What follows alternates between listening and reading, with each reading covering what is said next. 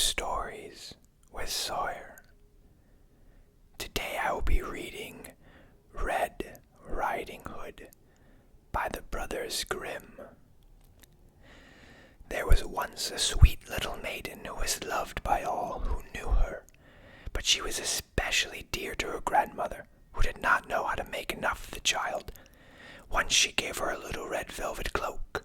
It was so becoming and she liked it so much that she would never wear anything else, and so she got the name of Red Riding Hood. One day her mother said to her, "Come here, Red Riding Hood. Take this cake and bottle of wine to grandmother. She is weak and ill, and it would do her good. Go quickly before it gets hot, and don't loiter by the way, or run, or you will fall down and break the bottle, and there will be no wine for grandmother. When you get there, don't forget to say, 'Good morning,' prettily, without staring about you." "I will do just as you tell me," Red Riding Hood promised her mother. Her grandmother lived away in the woods a good half hour from the village. When she got to the woods, she met a wolf, but Red Riding Hood did not know what a wicked animal he was, so she was not a bit afraid of him. "Good morning, Red Riding Hood," he said. "Good morning, wolf," she answered. "Whither away so early, Red Riding Hood?" "To grandmother's." "What have you got in your basket?" "Cake and wine we baked yesterday, so I'm taking a cake to Granny. She wants something to make her well."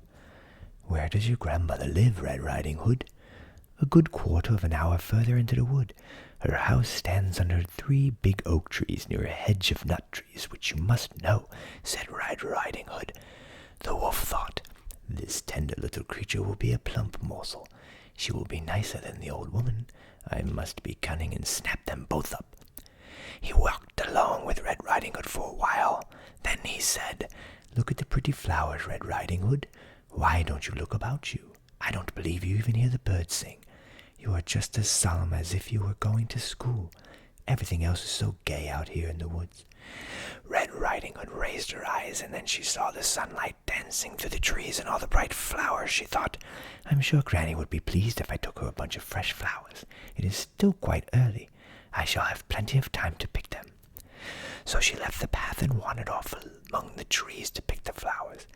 Each time she picked one, she always saw another prettier one further on. So she went deeper and deeper into the forest. In the meantime, the wolf went straight off to grandmother's cottage and knocked at the door. "Who is there?" "Red Riding Hood, bringing you a cake and some wine. Open the door." "Press the latch," cried the old woman. "I am too weak to get up." The wolf pressed the latch and the door sprang open. He went straight in and up to the bed without saying a word and ate up the poor old woman. Then he put on her nightdress and nightcap, got into bed and drew the curtains. Red Riding Hood ran about picking flowers till she could carry no more, and then she remembered her grandmother again. She was astonished when she got to the house to find the door open, and when she entered the room everything seemed so strange. She felt quite frightened, but she did not know why. "Generally I like coming to see grandmother so much," she thought. She cried, "Good morning, grandmother," but she received no answer. Then she went up to the bed and drew the curtain back. There lay her grandmother, but she had drawn her cap down over her face and she looked very odd. "Oh, grandmother, what big ears you have got," she said. "The better to hear you with, my dear." "Grandmother, what big eyes you have got." "The better to see you with, my dear." "What big hands you have got, grandmother." "The better to catch hold of you with, my dear." "But, grandmother, what big teeth you have got." "The better to eat you with, my dear." Hardly had the wolf said this than he made a spring out of bed and devoured poor little Red Riding Hood. When the wolf had satisfied himself, he went back to bed, and he was soon snoring loudly. A huntsman went past the house and thought, "How oddly and loudly the old lady is snoring. I must see if there is anything the matter with her." So he went into the house and up to the bed, where he found the wolf fast asleep.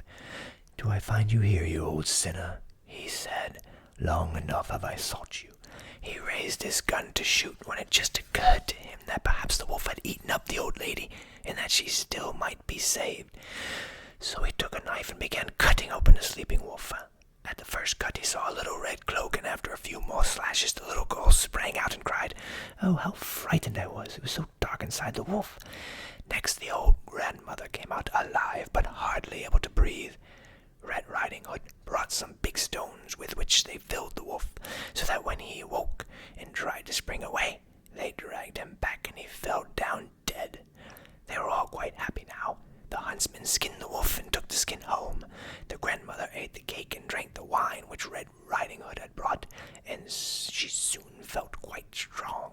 Red Riding Hood thought, "I will never again wander off into the forest as long as I live, if my mother forbids it."